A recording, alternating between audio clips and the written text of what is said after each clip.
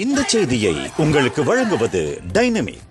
34 ஆண்டு கால சிறந்த டைனமிக் 7ஆம் உணர்வு விழித்தெழுதல் விழிப்புணர்வு உளமன உணர்வியல் அனுபவ பயிற்சிக்கு டைனமிக்.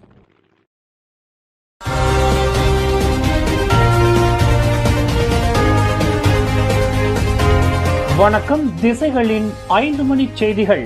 ஆடம்பர அடுக்குமாடி வீடமைப்பு திட்டத்திற்கு வழி விடுவதற்கு கின்றரா தோட்ட தமிழ் பள்ளியின் நிலத்தின் ஒரு பகுதியை கை வைப்பதா?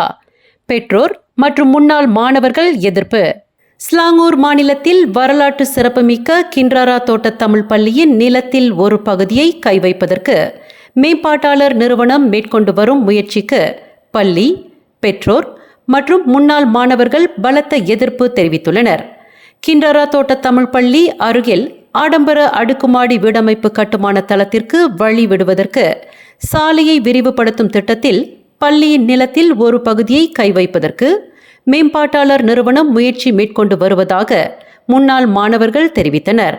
பள்ளி நிலத்தின் ஒரு பகுதி கை வைக்கப்பட்டால் பள்ளியின் சிற்றுண்டி சாலை, பாலர் பள்ளி மற்றும் இசைக்கல்வி வகுப்பறை முதலிய கட்டட பகுதி பாதிக்கும் என்று கின்றரா தமிழ் பள்ளியை பாதுகாக்கும் நடவடிக்கை குழுவிற்கு தலைமை ஏற்றுள்ள ஸ்ரீராம் தெரிவித்தார்.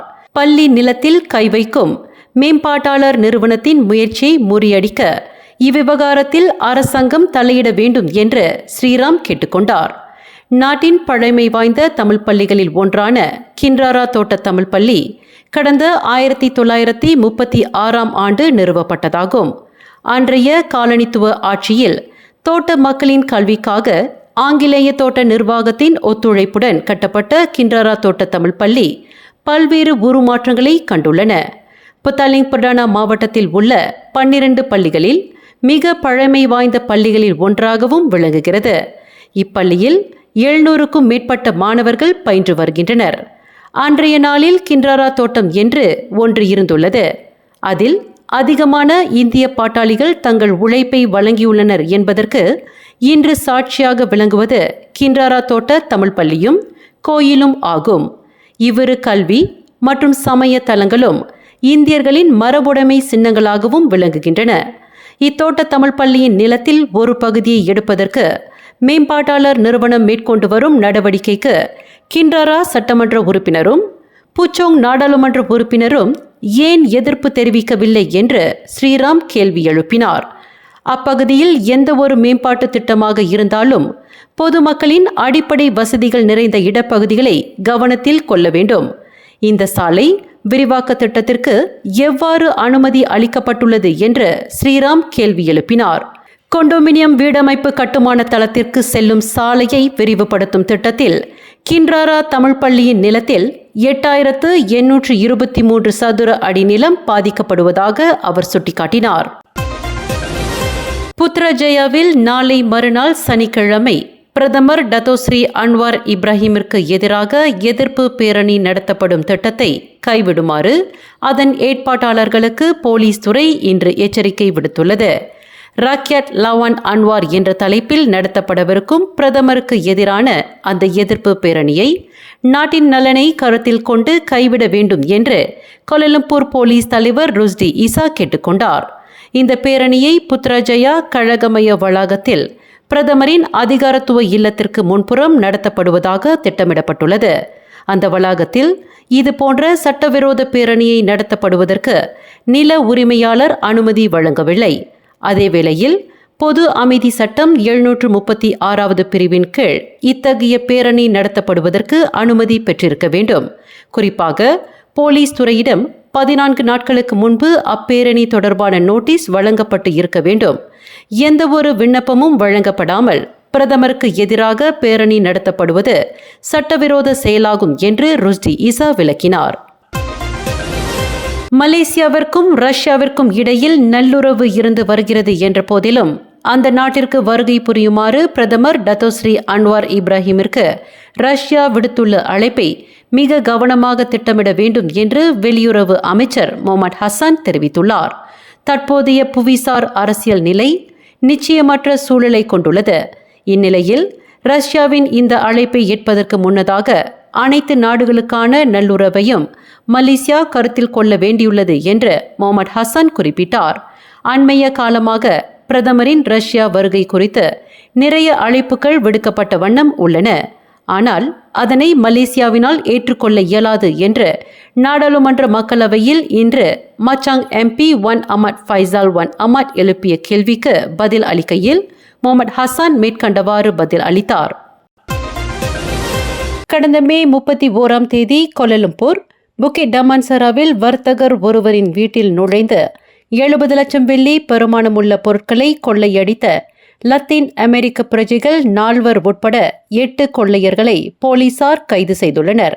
இந்த கைது நடவடிக்கையின் மூலம் ஆடம்பர பங்களா வீடுகளின் புகுந்து கொள்ளையடிக்கும் கும்பல் முறியடிக்கப்பட்டுள்ளது. வர்த்தகர் வீட்டில் நடந்த கொள்ளையில் பல்வேறு விலை உயர்ந்த 30 கைக்கடிகாரங்கள், தங்க ஆபரணங்கள் மற்றும் 20,000 வெள்ளி ரொக்கத்தை இக்கும்பல் கொள்ளையடித்துள்ளதாக கோலாலம்பூர் போலீஸ் தலைவர் டத்தோ ருஸ்டி முகமது ஈசா தெரிவித்தார். உளவுத்துறையின் மூலம் கிடைக்கப்பெற்ற தகவலின் அடிப்படையில் கடந்த ஜூன் 6ஆம் தேதிக்கும் 14ஆம் தேதிக்கும் இடைப்பட்ட காலத்தில் 2 பெண்கள் உட்பட 7 சந்தேக பேர்வழிகள் கைது செய்யப்பட்டனர். 8வது நபருக்கு எதிராக போலீசார் பிடி வாரண்ட் பிறப்பிக்கப்பட்ட நிலையில் அந்த சந்தேக பேர்வழி தாய்லாந்து தலைநகர் பேங்காக்கில் பிடிபட்டதாக இன்று பிரிக்ஃபீல்ட்ஸ் மாவட்ட போலீஸ் தலைமையகத்தில் நடைபெற்ற செய்தியாளர் கூட்டத்தில் ருஸ்டி முகமது இதனை தெரிவித்தார். 30க்கும் 40க்கும் இடைப்பட்ட வயதுடைய 8 சந்தேக பேர்வழிகளில் 2 வங்காளதேசிகள் ஆவர்.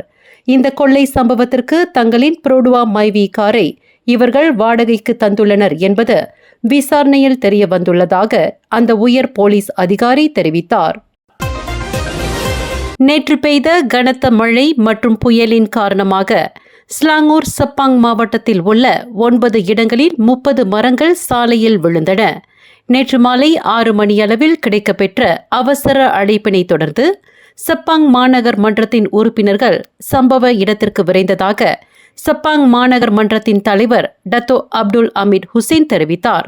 சைபர் வேலி, சைபர் ஜயா, புக்கன் டங்கில், கொத்த வாரிசன், தமன் வாரிசன் இண்டா, பண்டர்பாரு சலாத்திங்கி, தமன் கமிலாங் உட்பட சப்பாங் புத்ரா ஆகிய பகுதிகள் இதில் பாதிக்கப்பட்டிருப்பதாக அப்துல் ஹமீத் கூறினார். அதிகமான அளவில் தமான் கமிலாங்கில் 20 மரங்களும், சைபஜாயாவில் 4 மரங்களும், இதர பகுதிகளில் 1 மரம் மட்டுமே சாய்ந்ததாக அப்துல் ஹமீத் மேலும் தகவல் அளித்தார். இச்சம்பவத்தின் போது சாலையில் நிறுத்தி வைக்கப்பட்டிருந்த சில வாகனங்கள் மீது மரங்கள் விழுந்ததாகவும் அதிர்ஷ்டவசமாக உயிர் சேதம் எதுவும் ஏற்படவில்லை என்று அப்துல் ஹமீத் குறிப்பிட்டார். 2 வாரங்களுக்கு முன்பு வீட்டில் கை துப்பாக்கியை வைத்திருந்த குற்றத்திற்காக 2 உள்ளூர் ஆண்கள் உட்பட ஒரு தாய்லாந்து பெண் ஜோஹர் பாரு செஷன்ஸ் நீதிமன்றத்தில் இன்று குற்றம் சாட்டப்பட்டனர். 29 வயது சோ வி ஹாங், 26 வயது ஹோ கிம் வெய், 29 வயது மிஸ் லார் மிகாராட் ஆகியோர் நீதிபதி டத்தோ அமட் கமால் அரிஃபின் இஸ்மாயில் முன்னிலையில் நிறுத்தப்பட்டு குற்றச்சாட்டு வாசிக்கப்பட்ட போது அக்குற்றத்தை அவர்கள் ஒப்புக்கொள்ளவில்லை. குற்றம் என்று நிரூபிக்கப்பட்டால் கூடியபட்சம் 14 ஆண்டுகள் சிறை மற்றும் 6 பிரம்படி விதிக்க வகை செய்யும் குற்றவியல் சட்டம் 34வது பிரிவின் கீழ் அம்மூவரும் குற்றச்சாட்டை எதிர்நோக்கியுள்ளனர். கடந்த ஜூன் 14ஆம் தேதி மாலை 3:45 மணியளவில் ஜோஹர் பாரு, வடி ஹனா, ஜலன் அலிமாட்டில் உள்ள ஒரு வீட்டில் ரிவால்வர் கை துப்பாக்கியை வைத்திருந்ததாக அம்மூவர் மீது குற்றஞ்சாட்டப்பட்டுள்ளது. பஹாங் போஸ்லன்சாங் கம்போங் சீமாய் லாமாவில் வீட்டிற்கு அருகிலுள்ள ஆற்றில் 2 வயது பெண் குழந்தை ஒன்று நீரில் மூழ்கி உயிரிழந்த நிலையில் கண்டெடுக்கப்பட்டுள்ளது. பாதிக்கப்பட்ட அக்குழந்தை சுயநினைவின்றி பொதுமக்களால் சம்பந்தப்பட்ட வீட்டிலிருந்து 100 மீட்டர் தொலைவில் உள்ள ஆற்றில் காணப்பட்டதாக லிப்பிஸ் மாவட்ட போலீஸ் தலைவர் சூப்பரிண்டென்டென்ட் இஸ்மாயில் மான் தெரிவித்தார். சவ பரிசோதனைக்காக பாதிக்கப்பட்ட அக்குழந்தையின் உடல் லிப்பிஸ் மருத்துவமனைக்கு கொண்டு செல்லப்பட்டதாக இஸ்மாயில் மான் மேலும் தகவல் அளித்தார். மேலும் செய்திகளை தெரிந்து கொள்ள கீழே இருக்கும் பெல் பட்டனை அழுத்துங்கள். உங்கள் மகிழ்ச்சியை வெளிப்படுத்த லைக் மற்றும் ஷேர் செய்யுங்கள். தொடர்ந்து திசைகளோடு இணைந்திருக்க சப்ஸ்கிரைப் செய்யுங்கள்.